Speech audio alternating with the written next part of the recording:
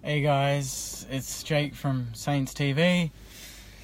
Just getting back into the car after the game, round 7 against Melbourne at Etihad. Final score, if you don't already know, was Melbourne 106, I think it was, to St Kilda 67. So it was a 39-point loss, which in itself is actually very flattering. 39 points doesn't explain how poor we were and how non-competitive we were. It was much worse than that.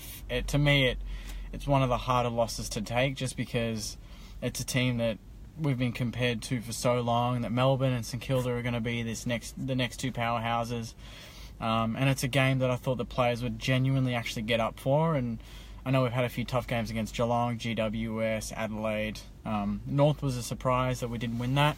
But even now, you see them go to Sydney and beat Sydney, so maybe North are better than what we expected at the time, because they're knocking off a few good teams, including the likes of Sydney and Hawthorn. So credit to them. But from my perspective, this one's actually one of the harder ones to take, just because I was expecting something. I was expecting some sort of emotion. The first quarter was okay, and I mean, we just gave away chance after chance in terms of missing. Gresham kicked a good goal at the start, and I thought, here we go, we're up and about. And then, it just seems like the second they miss a goal, their confidence just goes down, and Melbourne will kick a couple of goals, and they just put their heads down. Like, teams, we're gonna cop goals, but they shouldn't let that affect them so much. It's like watching, I'm an Arsenal fan. I watch Arsenal. The second they go 1-0 down, they lose their shit and their confidence is just down. That's not how it works. Like, Brisbane, I was just watching there, almost beat Collingwood, and they just kept coming and kept coming. The second we concede a goal, we can't just let that upset us. And I think that's a lot to do with the on-field leadership in Geary and Armitage and Jack Stephen. The second that we go behind, they should be lifting the players and say, don't worry about the scoreboard, just keep playing. But it seems like we're very conscious of the scoreboard, more so than any other team, in that the second we go 10, 15, 20 points down, they know it, and they start rushing, and they're trying to kick easier goals. They're trying to rush the play. They're not just playing the game because it's like they think they're going to lose time. We've got 2 hours, boys. It's okay. If you're 20 points down with 2.5 quarters to go, you don't need to start rushing the play. You calm down and you play your game. I heard during the week that, that's the hard thing to do, Tim. It's not easy to just give up. Once you're a fan, you just keep going. And I'll let you guys know now, but I'm going to Perth, so I booked tickets. I booked a hotel. I'm there Friday night, leaving Sunday night, because I'm fucking crazy. I was hoping that we'd get into some sort of form until, to lead up to the Perth game, but it seems like I'm going to... the good thing is that Fremantle got done by Richmond, but then again, every team's getting done by Richmond, but I'm hoping that Fremantle aren't as good based on today's form, but everyone knows that in Perth they're a completely different team, so it's going to be hard, but that's another game to talk about another time. But in terms of this game, I think it further reinforces that Jack Newnes needs to get the F out of that team and play in Sandy and just leave. In 7 games this season, he's laid 4 tackles.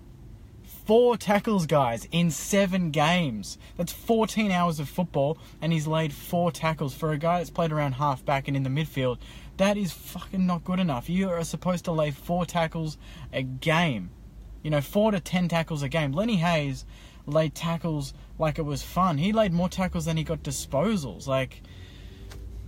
I just don't get how... If he gets a game this week, then I know Richo he's got some secrets. Newnes has got some secrets on Jack Newnes. And I don't know what's going on there. Jack Newnes has got some dirty naked photos of Richo, and he's got him for ransom, and he's going to leak them if Richo... Look, now I'm taking this to a whole new level, but it just seems very odd that a player in that poor of form is actually continually playing. I thought Jack Billings was, again, missing, and you guys know what I'm going to talk about now, and I mentioned Jack Billings. In the first quarter or second quarter, he should have gone. It was Hogan and him, and the ball was in the middle, and he shit himself and dropped the mark. And then 10 seconds later, you guys remember, Jimmy Webster, who was my saint of the day. If St Kilda don't announce him as saint of the day and they announce someone else as saint of the day, they got rocks in their heads, because Jimmy Webster was the only player that continually put his body on the line. Everyone knows that when he went back with the fly and he punched the ball out of bounds. That was ridiculous. And we need more players like him. And I was sitting with the Saints cheer squad today, first time I've ever done it. And if you haven't done it, go and do it, because it was so much fun. Like, they're so loud. We were playing poorly and they were still cheering. Like, it was I remember it was the 28-minute mark. Ben Long had kicked a goal. It was still 40 points down. And they were still cheering and still clapping the team off. Like, they're special people. Like, I couldn't be that positive in that time, but they were super positive. They were fantastic. So if you don't get a chance, get tickets around that area. I think it's like aisle 24. Go sit there, because it was a really nice vibe. Like, they genuinely care, and they weren't dissing the players. It was just really cool. But that's a side note for this chat. But I think Jack Billings was shocking. Jakey Carlisle was a bit off, but he did what he could. The midfield, Jack Stephen was actually positive in that he lowered his eyes, and I think you guys know that, or you obviously watched the game, but he just, he laced it out to McCartan a few times, who looks like he's out with a concussion again. I'm not going to diagnose that, but it looks like he missed most of the second half, and hopefully he recovers quickly. But he lowered the eyes, and I thought his inside 50s were very good, but everyone else was shit. Like, it's just same old. Like, these videos, you could watch one from 4 weeks ago and repeat it, and it would mean the same now. Like, I'm saying the same names, I'm saying the same thing. Like, during the week they said the game plan was going to change. I didn't see any change to the game plan. I saw maybe more cutting in. We tried to go through the middle a bit more, but it just we coughed it up, and it just made it easier for Melbourne to go down the other way. And the annoying thing is that I was telling my mate who I was with that Melbourne didn't play that great. Like, they missed some easy chances. Like, Hogan missed that one from the goal square.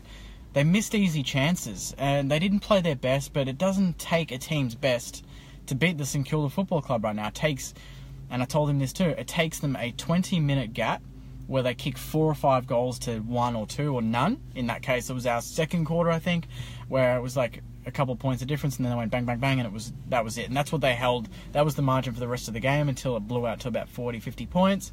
We kick a couple of late goals, and that was it. So it only takes like 20 minutes for a team to beat us. 20 minutes. It's not good enough.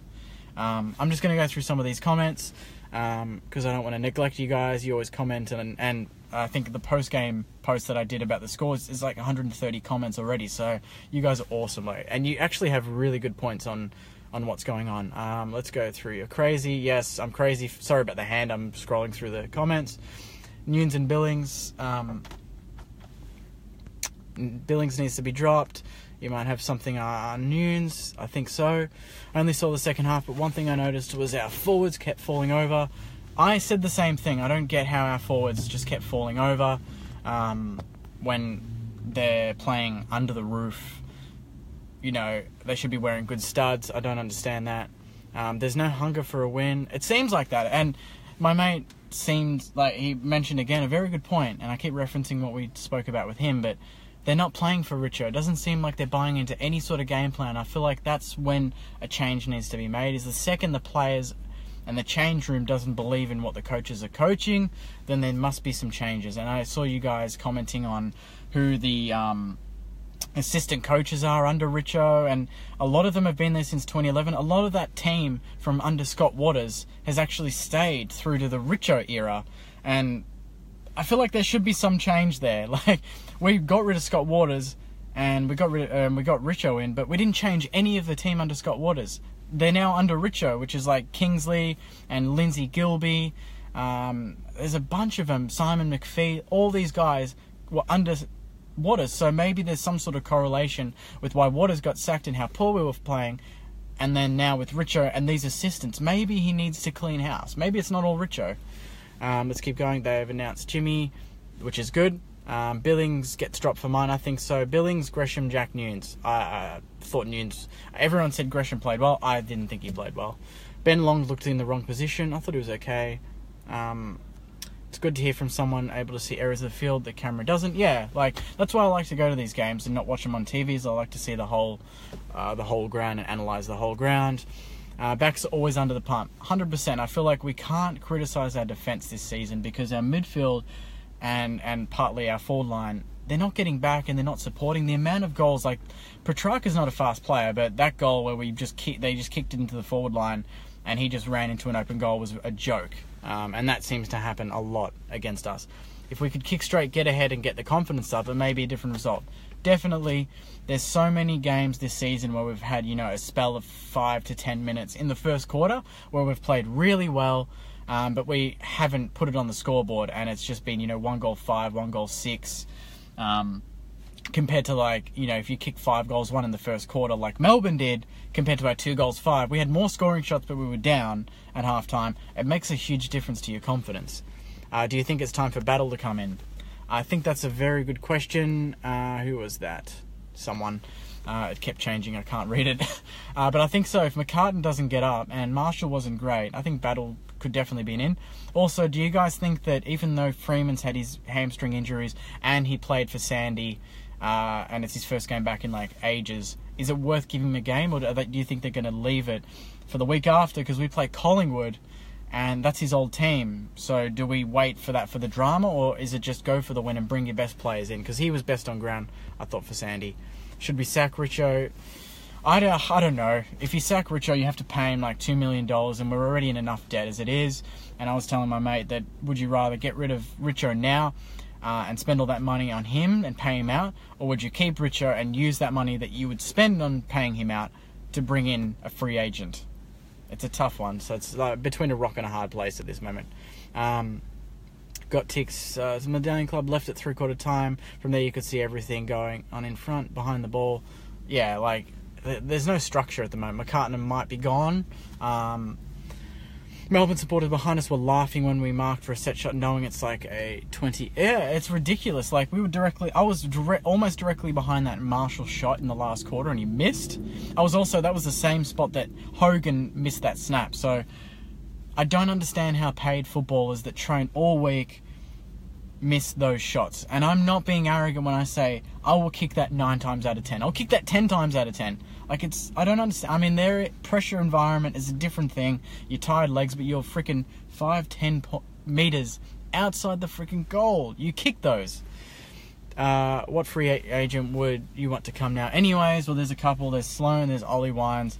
I think Tom Lynch would be a big one for our forward line, because I think someone made a good comment earlier that Paddy McCartan is carrying a lot of the responsibility, and Membry doesn't seem to be taking much of that, although he was better today. But maybe a Tom Lynch could be a very good buy for us, as well as using something for maybe a Gaff from West Coast, who's been in amazing form for West Coast lately.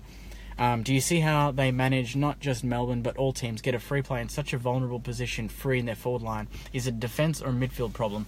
I think it's a bit of both. But I also noticed so often that our defence pushed up really high. There was a time where I think it was Hogan who was drifting around in the forward line, and Melbourne had got a free kick on the wing. And he was completely open. I was looking for Carlisle or Brown, and Brown, I think, was off on the bench. Carlisle was running back from where that free kick was taken on the wing, sprinting back. I thought, why are you even up that high up the ground in the first place? Geary was in the midfield for most of the game. I'm not sure why, maybe because he's such a liability in defence. But again, Geary, we don't even talk about him. He's captain, and we're not even talking about him. We're not even talking about whether he played good or bad, because it's he's non-existent on the pitch. Do you know what I mean? Rewalt, you knew he had presence. We don't have anyone that has presence on that ground. And I think leadership in that team is a big thing. That even we're watching Brisbane, Luke Hodge, he's not playing a great season. He's not been at his best. He's past his best. We know that. But he's giving the youngsters some confidence around him to play. We don't even have that. We don't even have a Luke Hodge. We don't have any sort of leader.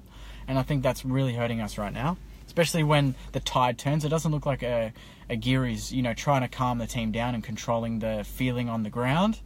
So it's a bit of a worry for me. Devastated. News is pathetic, has laid 4 tackles this year. I know, that's horrible. Savage as trade bait. I think Savage is a bit past that. I think he's pushing 29 now, 30. I don't think trade bait for Savage. There was a list, someone had tweeted a list who is trade bait for this team? Who could we trade that has any value right now? No one. Billy Longer. Does he even have value for a second round pick? Weller. I thought he was better today, but he wouldn't even be worth much. Maybe a Josh Bruce, if you want to get a Tom Lynch. Would you trade Josh Bruce for Tom Lynch? You'd probably take that with a pick. But, Josh Bruce is out for the next 4 weeks. So, but this might be controversial, but I think that him out has really hurt us. Like, he hasn't done much, but he's so competitive around the ground, Josh Bruce, that we just haven't had that competitor. And maybe that's the guy that could... He seems like he cares about the on-field performance, and maybe he, on a personal level, doesn't play well often, or he didn't in the lead-up to his injury, but he seemed to care that we weren't playing well. So we need players that seem to care. No one seems to care right now. Richo has ruled out Freeman playing a game before the bye. Why, I don't get it. I don't think he should. I don't think Richo has any right in ruling out a player like that, because he's playing well, and I think maybe you give him another week, but if he's ready for the Collingwood game, you bring him in. Like, if he's fit enough for Sandy and he's playing well, he's fit enough for the first. Let's keep going. Phillips, Sinclair, Akers battle. That could be a bunch of good ins, but who would you bring out? So Phillips, just say Nunes, Sinclair for Gresham, Akers for Billings, and maybe a McCartan for Battle or a Marshall. That could work. But what about, actually, I didn't mention this. He had a particularly bad game. Gilbert. Sam Gilbert. No trade bait. Retire at the end of the year. D-list. I was asking my mate, would Sam Gilbert get a game anywhere else right now? Even in a Carlton team? No, probably not. Like, we're playing guys that are past it, that aren't going to add any value to our next premiership. I want players playing that I can see playing, in September, on the, for the big game, for grand final day. But we just don't seem to have anyone that's put their hand up. Let's keep going through. There's a lot of good comments here, guys. Also, a lot of fans, I believe, gave up on him. Can't drop him as his captain. That's true, but Ross Lyon, I said this last week, Ross Lyon dropped Nicky Dowell and Stephen Milne, and that was the best thing he ever did. That was before 09. That was in 08, and I think we were struggling. We ended up making a prelim that season, and then 09, you guys remember, we were clearly the best team all season, made a grand final and just lost it. Maybe something like that needs to happen. But would a Tom Lynch want to come? Another good question that we did discuss while we're watching the Brisbane Collingwood game was, even if we have the money and the picks and the trade bait to get players, who would a Dylan Shield, would he pick us? Why would he pick us? Why would a Tom Lynch come here and not Collingwood, when he can get more money, or probably equally as much money, play in front of bigger crowds? That actually is a point that I need to talk about after this. But bigger crowds, a team that's probably in better form, like, why wouldn't you do that? And also, now this brings me to my next point, guys. We're playing a pretty informed Melbourne team, and we got 25,000 people to the game. 25,000 people. In the last 3 home games, we got like 17,000, 14, 15,000, and 25,000 people. That is shocking. Like, that shows exactly where we're at. Like, I get that the players are playing bad, but we need a rock up. We need to create some sort of environment for them to perform. We saw the GWS game when we got loud. They started playing better. There is a correlation. Like, obviously it felt loud for me today because I was sitting next to the loudest part of the ground, the cheer squad.